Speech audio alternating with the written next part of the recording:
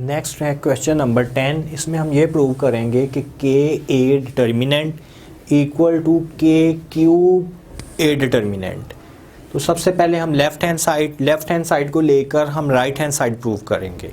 तो left hand side में ए matrix जो है हमने लेट कर लिया। ए मैट्रिक्स है 3/3, A11, A12, A13, A21, A22, A23, A31, A32, A33। A11 का मतलब है first row first column, 1 2 first row second column, 1 3 first row third column as it is. Next हम फाइंड करेंगे के ए डिटर्मिनेंट, यानी ए को हम के से मल्टीप्लाई करेंगे, फिर हमने उसका डिटर्मिनेंट लेना है। तो अगर मैं के को ए से मल्टीप्लाई करूं तो पहले के A11 आ गया, फिर के A12, के A13, के A21, के A22, के A23, के A31, के A32 एंड के A33। नेक्स्ट हमने इसमें प्रॉपर्टी ये अप्लाई किया है कि अगर हमने कोई चीज़ कॉमन लेनी है, हम ये पहले भी डिस्कस कर चुके हैं कि अगर हम कोई चीज़ कॉमन ले रहे हैं तो वो हम किसी रो या कॉलम से लेते हैं। डिटर्मिनेंट में हम होल मैट्रिक्स से कोई भी चीज़ कॉमन नहीं ले सकते। तो अगर मैंने इसमें के कॉमन लेना है तो मैं R1 से भी के को कॉमन लूँगा, R2 से भी कॉमन लेना है एंड R3 से भी कॉमन लेना है। तो यही हमने यहाँ पे लिखा है, टेकिंग के common from R1, R2 and R3। अगर हम R1 से कॉमन लें ये बाकी हमारे पास बचेगा। अगर हम R2 से के कॉमन लें तो A21, A22 एंड A23 आ रहा है। अगर हम R3 से कॉमन ले रहे हैं तो A31, A32 एंड A33। ये मैंने R1 से कॉमन लिया है, R2 एंड R3। अगर तीनों को मल्टीप्लाई करें तो ये क्या हमारे पास आ रहा है K3।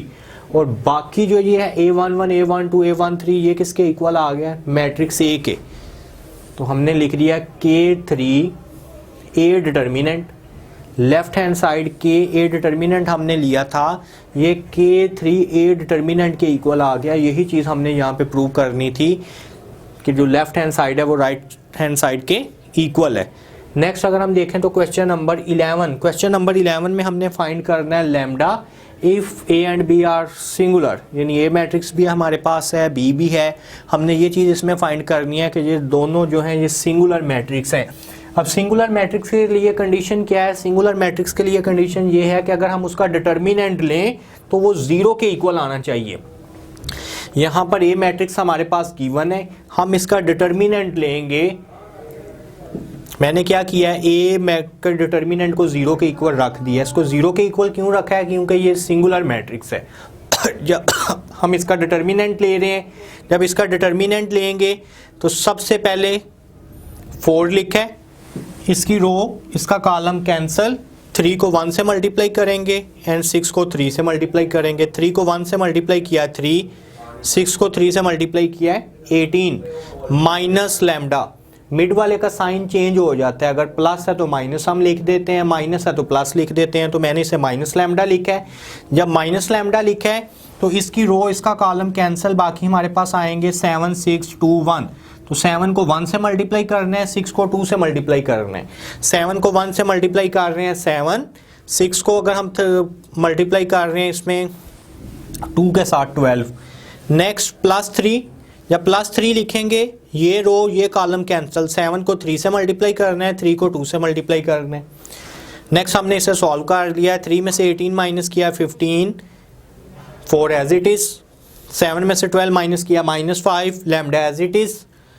21 में से 6 माइनस किया है 15 एंड 3 एज इट इज़।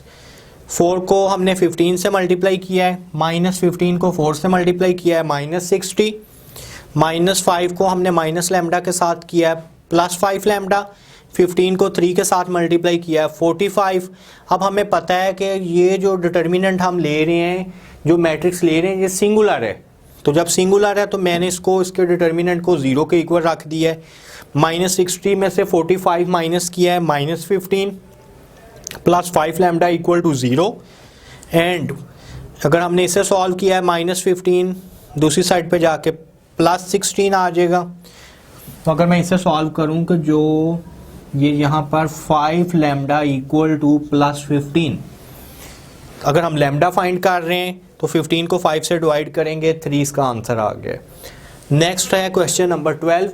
तो क्वेश्चन नंबर 12 में हमने ये चीज़ इसमें प्रूव करेंगे कि जो ये सिंगुलर मैट्रिक्स है कि नहीं। क्वेश्चन नंबर 12 में हम ये चीज़ फाइंड कर रहे हैं विच मैट्रिक्स आर सिंगुलर, कि जो हमने मैट्रिक्स लिखा है कि ये सिंगुलर भी है कि नहीं। तो सिंगुलर के लिए कंडीशन क्या है कि जो हम सिंगुलर मैट्रिक्स फाइंड करते हैं अगर हम उसका डिटर्मिनेंट लें वो 0 के इक्वल आना चाहिए।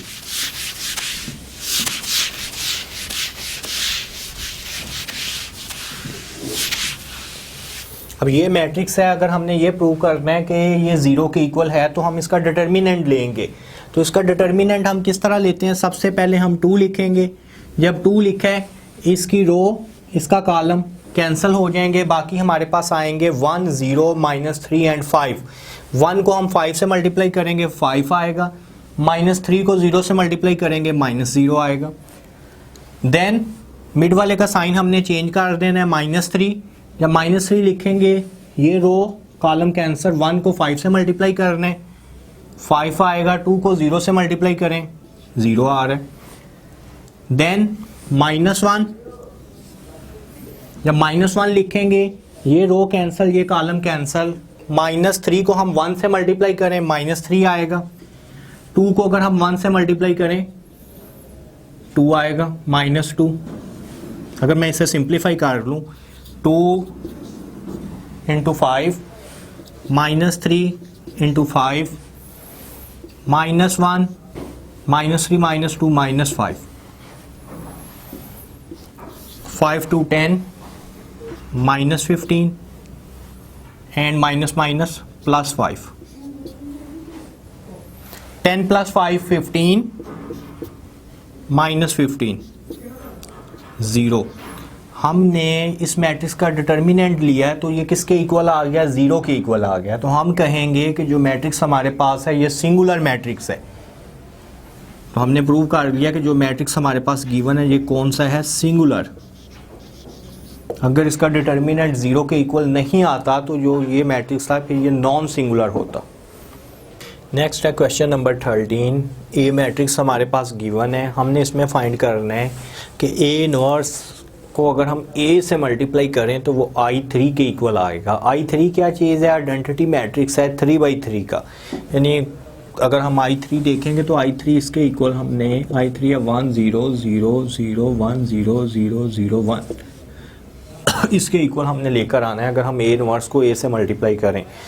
तो सेम हमने पहले इसका क्या फाइंड किया है, ए है। अगर हम ए इनवर्स फाइंड करना चाह रहे हैं तो ए इनवर्स के लिए इसका फार्मूला होता है adjoint of A over A determinant. तो ए डिटर्मिनेंट हम सेम उसी तरह फाइंड करेंगे जो हमने अभी नेक्स्ट क्वेश्चन में भी किया है कि सबसे पहले हम 2 लिखेंगे, रो कॉलम कैंसल, -1 आ जाएगा एंड +0। जब इसको सिंप्लीफाई करेंगे तो हमारे पास इसका जो डिटर्मिनेंट है वो 27 के इक्वल आ रहा है।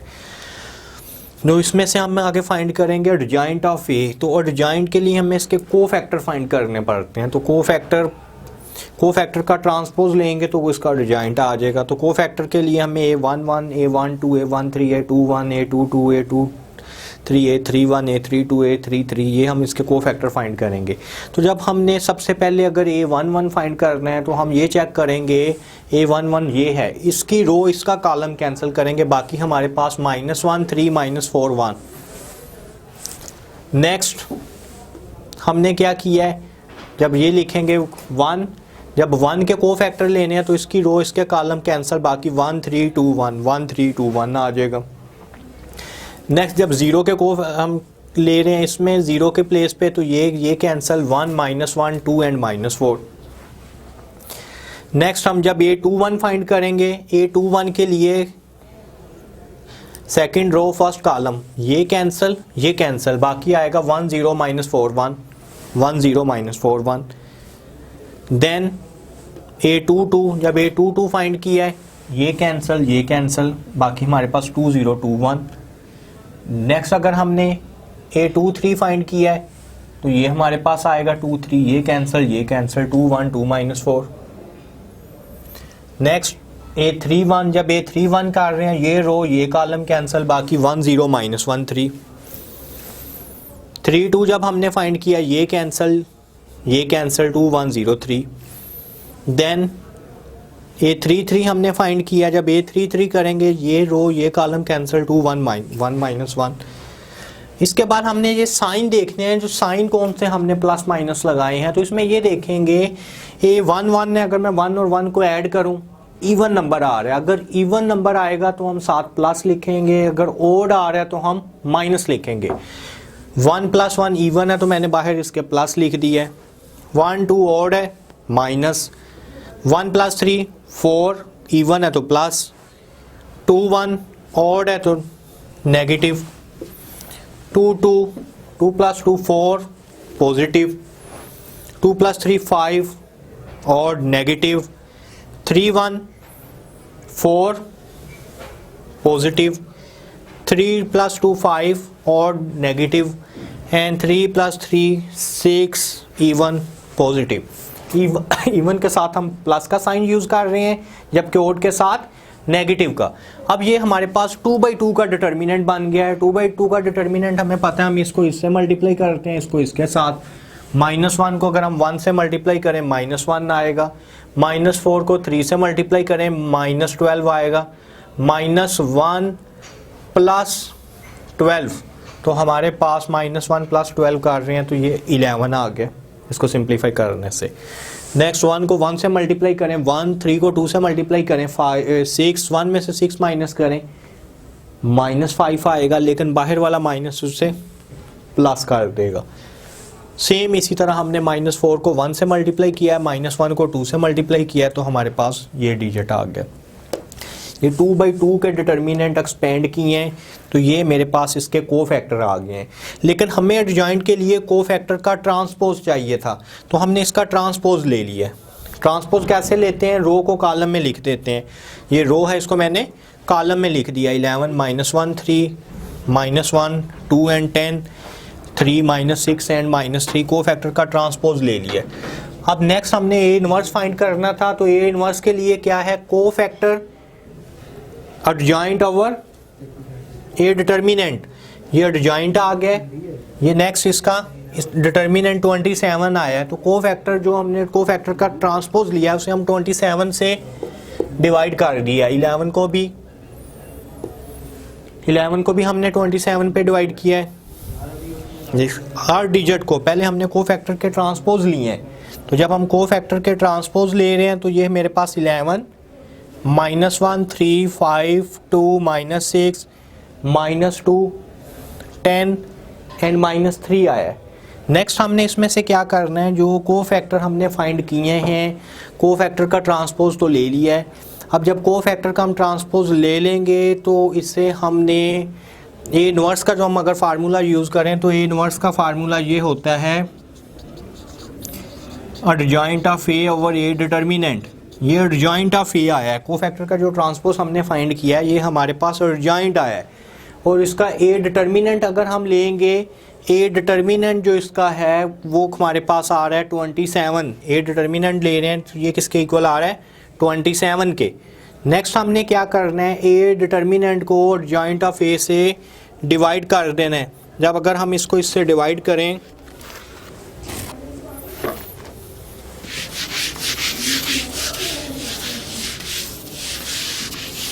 हर वैल्यू को हम 27 से डिवाइड कर रहे हैं। ए इनवर्स अगर हम फाइंड कर रहे हैं 11 over 27 -1 over 27 3 over 27 5 over 27 2 over 27 -6 over 27 -2 over 27 10 over 27 and -3 over 27। ये हमारे पास ए इनवर्स आ गया। नेक्स्ट हमने क्या करना है, ए इनवर्स को ए से मल्टीप्लाई करना है। ये ए इनवर्स आया है और ए हमारे पास इसका ओरिजिनल मैट्रिक्स जो था, अगर हम ए इनवर्स को ए से मल्टीप्लाई करें, ये ए इनवर्स है और ए हमारे पास जो मैट्रिक्स गिवन है, तो जब हम दोनों को मल्टीप्लाई करेंगे ए इनवर्स, फॉर एग्जांपल ये ए इनवर्स है और ये हमारे पास दूसरा ए मैट्रिक्स है, तो मल्टीप्लिकेशन के लिए वही रूल है कि हम रो को कॉलम से मल्टीप्लाई करते हैं। तो जब हम इनको मल्टीप्लाई करेंगे तो इसका जो आंसर है वो हमारे पास इस फॉर्म में आएगा 1 0 0 1 0 0 0 1। तो ये किसके इक्वल है, ये I3 के इक्वल है। हाँ जी, नेक्स्ट है क्वेश्चन नंबर 14। क्वेश्चन नंबर 14 में हमने जो इन्वर्स की प्रॉपर्टी है ये प्रूव करनी है। तो इन्वर्स की बेसिकली यही प्रॉपर्टी है होती है कि अगर हम ए बी का इन्वर्स लें तो वो B inverse into A inverse के इक्वल आता है। बाद वाले जो है वो हम फर्स्ट लिख लेंगे, जो फर्स्ट वाला है उसे सेकंड लिख लेंगे। तो इसमें हमने क्या करना है, सबसे पहले दो मैट्रिक्स गिवन है ए और बी। हम क्या करेंगे, जो 2x2 का मैट्रिक्स है इसकी मल्टीप्लिकेशन करनी है, जो हम पहले काफ़ी दफ़ा कर चुके हैं। ए को बी से मल्टीप्लाई किस तरह करते हैं, रो को कॉलम के साथ मल्टीप्लाई करते हैं। जब रो को कॉलम के साथ मल्टीप्लाई करेंगे हमारे पास ए बी मैट्रिक्स आ जाएगा। हमने क्या करना है, जो ए बी मैट्रिक्स आएगा उसका इन्वर्स लेना है। तो ए बी मैट्रिक्स का अगर मैं इन्वर्स लूँगा, फॉर एग्जांपल अगर मेरे पास ए बी मैट्रिक्स आ गया है, तो अगर मैं ए बी मैट्रिक्स का इन्वर्स लूँगा तो ये मेरे पास आएगा adjoint of A B over A B determinant, यानी जो ए और को बी से मैट्रिक मल्टीप्लाई करने से जो मैट्रिक्स आया उसका पहले हम एडजॉइंट लेते हैं। और एडजॉइंट किस तरह लेंगे, 2x2 का एडजॉइंट होता है कि रो इनको हम आपस में चेंज कर देते हैं, इनके साइन चेंज कर देते हैं। सेम हम इसका जो मैट्रिक्स ए बी आएगा उसका डिटर्मिनेंट ले लेंगे और एडजॉइंट ऑफ ए बी को ए बी के डिटर्मिनेंट से डिवाइड करेंगे तो वो ए बी का इन्वर्स आ जाएगा। जब राइट हैंड साइड में हमने फाइंड करना है B inverse and A inverse, पहले बी इनवर्स लेंगे तो बी इनवर्स का फार्मूला होगा adjoint of B over B determinant, यानी बी मैट्रिक्स का हम एडजॉइंट लेंगे, उसे बी के डिटर्मिनेंट से डिवाइड कर देंगे।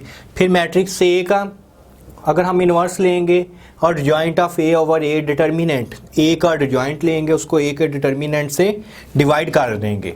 तो देन मैं अगर बी इनवर्स को ए बी इनवर्स से मल्टीप्लाई करूंगा तो वो जो मैंने पहले ए बी इनवर्स फाइंड किया है उसके इक्वल ही होगा। लेफ्ट हैंड साइड और राइट हैंड साइड इक्वल आएगी। नेक्स्ट इसी तरह अगर क्वेश्चन नंबर 15 में हम ये चीज़ देखेंगे कि जो ए बी का ट्रांसपोज है वो B transpose into A transpose के इक्वल है। सबसे पहले ए बी मैट्रिक्स हमारे पास गिवन है, बी भी गिवन है। अगर मैं पहले ए ट्रांसपोज फाइंड कर लूँगा, जब ए ट्रांसपोज फाइंड करूँगा 1 -1 2 0 3 1, ये ट्रांसपोज। अगर मैं बी ट्रांसपोज फाइंड करना चाह रहा हूँ, रो को हम कॉलम में चेंज कर देते हैं, या कॉलम को मैं अगर रो में चेंज कर दूँ 1 3 0 1 2 -1। नेक्स्ट हमने इसमें से ये चीज़ प्रूव करनी है कि जो ए बी का ट्रांसपोज ए और बी को मैं मल्टीप्लाई करूँगा, जो उसका आंसर आएगा उसका हम ट्रांसपोज लेंगे। ए को बी से मल्टीप्लाई करने से जो उसका आंसर आ रहा है उसका ट्रांसपोज ले रहे हैं।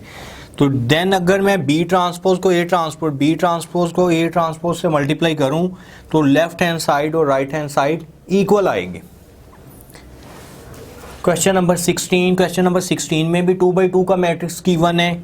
हम इसमें फाइंड करेंगे A inverse transpose is equal to A transpose inverse. तो पहले अगर लेफ्ट हैंड साइड करनी है तो सबसे पहले हम ए इनवर्स लेंगे। ए इनवर्स के लिए फार्मूला होता है adjoint of A over A determinant. पहले इसका एडजॉइंट ले लेंगे, इनको आपस में चेंज करेंगे, इनके साइन चेंज कर देंगे, इसको ए डिटर्मिनेंट से डिवाइड करेंगे, ए इनवर्स आ जाएगा। जो ए इनवर्स आएगा उसका हम ट्रांसपोज ले लेंगे तो लेफ्ट हैंड साइड आ जाएगी। राइट हैंड साइड जब फाइंड करनी है तो पहले आपने ए है, ए का हम ट्रांसपोज लेंगे, रो को कॉलम में चेंज कर देंगे, जो ए का ट्रांसपोज आएगा उसका इनवर्स लेंगे, तो जो लेफ्ट हैंड साइड है वो राइट हैंड साइड के इक्वल ही आएगी।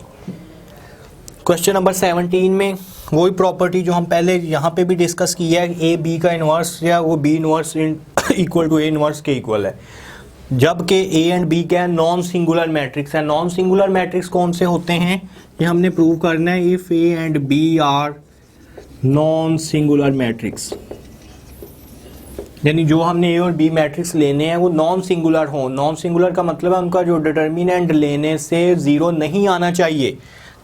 तो ए बी का inverse B inverse into A inverse के इक्वल लेकर आना है।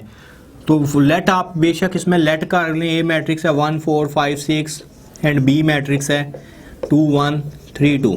अपनी तरफ से हमने लेट कर लिया, दो मैट्रिक्स लेट कर लिए जो कि नॉन सिंगुलर मैट्रिक्स हैं। इसमें भी पहले ए को बी से मल्टीप्लाई करना है, जो उसका आंसर आएगा उसका इन्वर्स ले लेना है। देन बी का इन्वर्स लेंगे, फिर हम ए का इन्वर्स लेंगे, बी इन्वर्स को ए इन्वर्स से मल्टीप्लाई करेंगे तो वो राइट हैंड साइड के इक्वल आएगा। इसका जो सेकंड पार्ट है इसमें ये था कि अगर हम ए इन्वर्स का इन्वर्स लें तो वो ए के इक्वल आएगा। किसी भी चीज़ के हम इन्वर्स लें कोई भी मैट्रिक्स है उसका हम इन्वर्स लेते हैं, फिर जो उसका आंसर आता है उसका अगर हम दोबारा इन्वर्स लें तो वो हमारे ओरिजिनल मैट्रिक्स के इक्वल होता है। ये इन्वर्स की प्रॉपर्टीज़ है। इसकी कुछ प्रॉपर्टीज़ हैं। ए इन्वर्स की अगर हम प्रॉपर्टी देखें ना तो ए बी का इन्वर्स जो है ये A inverse into B inverse के इक्वल है। इसी तरह अगर मैं बी ए का इन्वर्स का हूँ तो ये B inverse into A inverse के इक्वल आएगा। अगर हम A inverse into A inverse को अगर ए से मल्टीप्लाई करें तो ये हमेशा आइडेंटिटी मैट्रिक्स आता है। तो जब हम किसी भी मैट्रिक्स के इन्वर्स का इन्वर्स लेते हैं तो वो दोबारा उसी मैट्रिक्स के इक्वल आ जाता है। ये इन्वर्स की प्रॉपर्टीज़ हैं, इसको हम कोई भी न्यूमेरिकल वैल्यू लेकर प्रूव कर सकते हैं।